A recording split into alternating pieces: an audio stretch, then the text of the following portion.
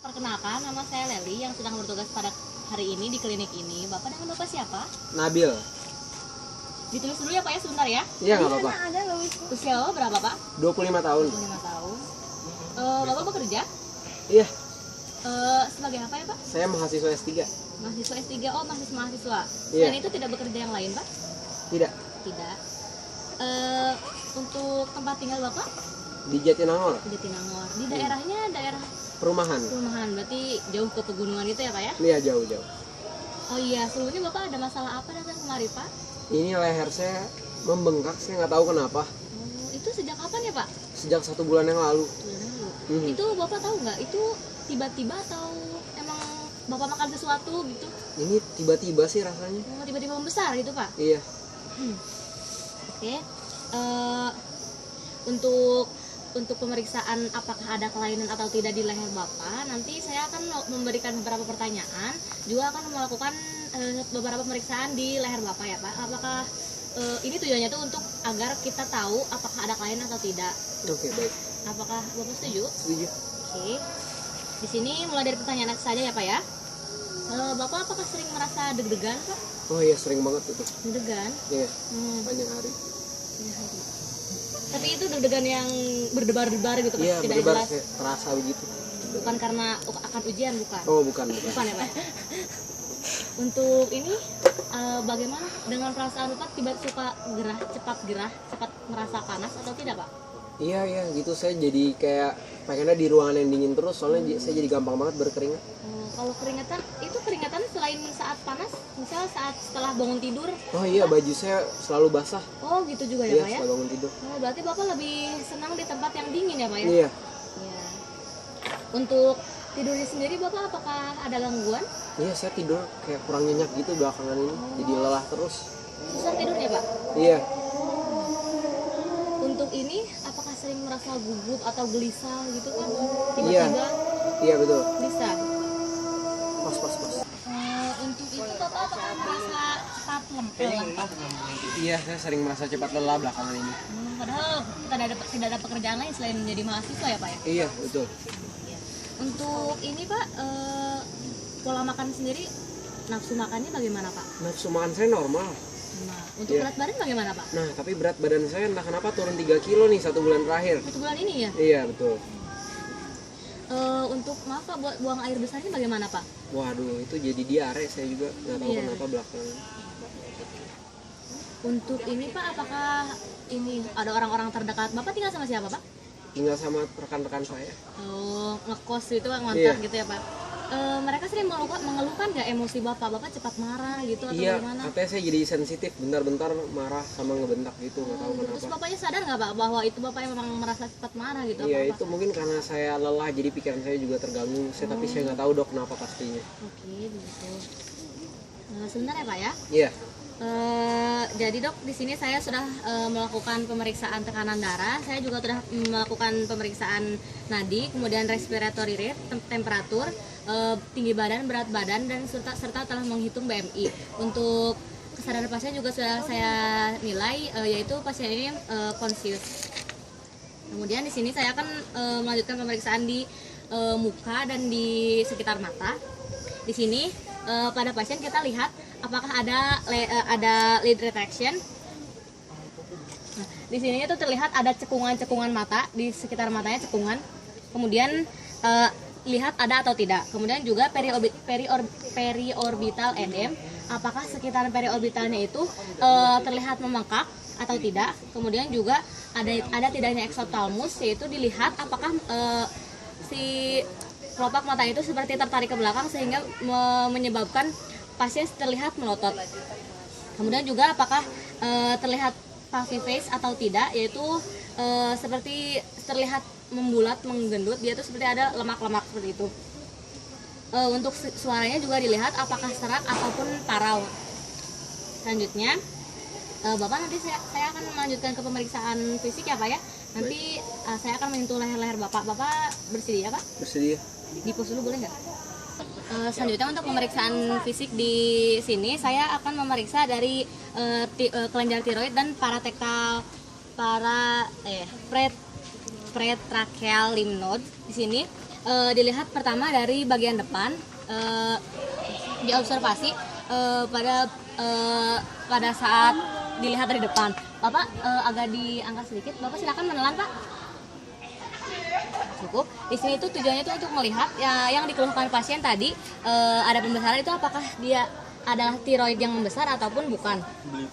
Selanjutnya pemeriksaan dari depan di sini dengan menggunakan 2 tangan, yaitu jari jempol yang di sini. Maaf ya Pak ya.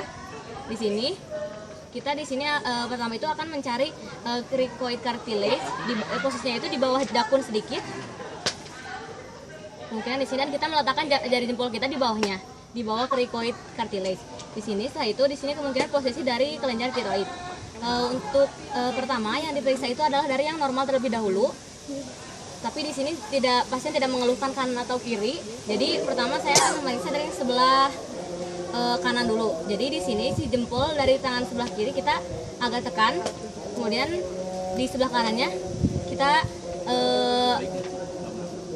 lakukan rotasi pelan-pelan untuk mempalpasi lobus-lobus yang membesarnya dengan menggunakan jari jempol ini. Lakukan sebaliknya, ditekan juga sedikit, kemudian di sini dirotasi dan lihat lobusnya. Selanjutnya pemeriksaan dari belakang pasien di sini dengan menggunakan tiga jari dari kedua tangan dan minta pasien untuk memfleksikan sedikit lehernya. Bapak silakan agak menunduk sedikit. Ini tujuannya itu untuk merelaksasikan dari sternocleidomastoid dari pasien. Nah di sini kita letakkan tiga jari ini di bawah cricoid cartilage yang tadi. Bapak silakan menelan Pak. Nah di sini untuk merasakan bahwa isthmusnya itu ikut naik dan turun lagi pada saat setelah menelan. Kemudian di sini untuk pemeriksaan di sini itu tujuannya untuk memeriksa lateral edge atau tepi-tepi bagian lateral dari pembesaran lobus dari tiroid ini. Di sini yaitu sternocleidomastoidnya itu ditarik sedikit, kemudian pos. Nah, tadi sebelumnya itu ditarik dulu ditarik seperti ini, kemudian didorong sedikit, kemudian periksa dari sebelahnya, lobus sebelahnya. Di sini kita periksa cari lateral margin dari lobusnya, seberapa jauh si pembesarannya itu ada. Kemudian lakukan pada bagian sebelahnya lagi. Maaf ya Pak ya. Kemudian setelah itu jika ada pembesaran, kita juga lakukan auskultasi pada bagian kelenjarnya, yaitu untuk tahu apakah ada atau tidak bruit.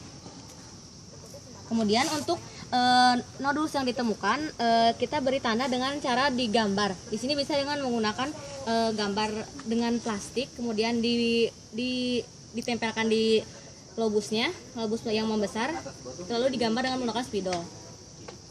Seperti itu.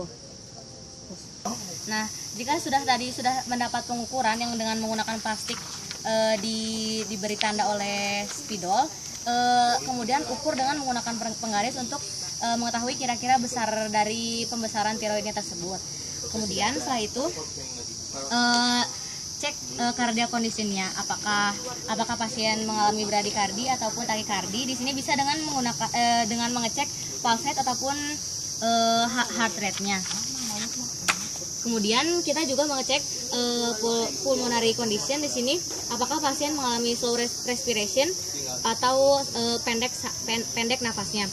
Lalu kita juga memeriksa abdominal condition, apakah peristaltik dari pasien ini dia lambat ataupun cepat.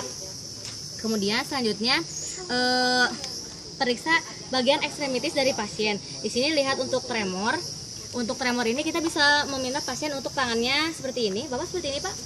Ya kan? Dan menempatkan satu kertas tipis di atasnya. Ini contoh ya. Ini kita dengan kertas tipis satu saja. Terus kita lihat apakah ada tremor atau tidak. Seperti itu. Bapak silakan turun lagi Pak. Lalu kita lihat di ekstremitasnya itu apakah ada tiroid dermopati atau tidak, yaitu seperti kelainan kulit. Seperti dia itu bisa sangat sering berkeringat kan, jadi terlihat basah. Kemudian juga apakah ada lesi yang seperti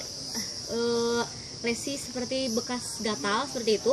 Dan juga kita lihat dari tangannya, maaf ya Pak, apakah dia lembab atau kering ataupun dia hangat atau tidak, seperti itu.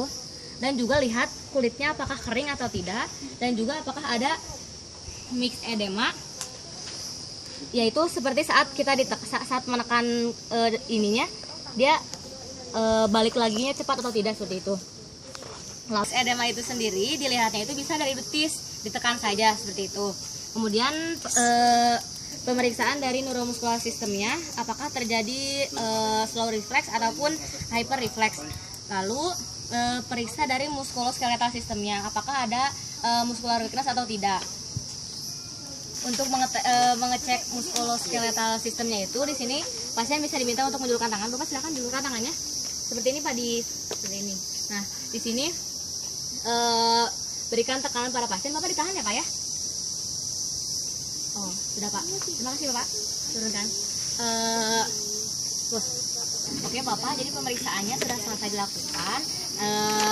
Karena di sini saya melihat Bapak ada kelainan pada kelenjar tiroid Bapak, nanti akan diperlukan pemeriksaan lanjutan untuk menentukan diagnosis.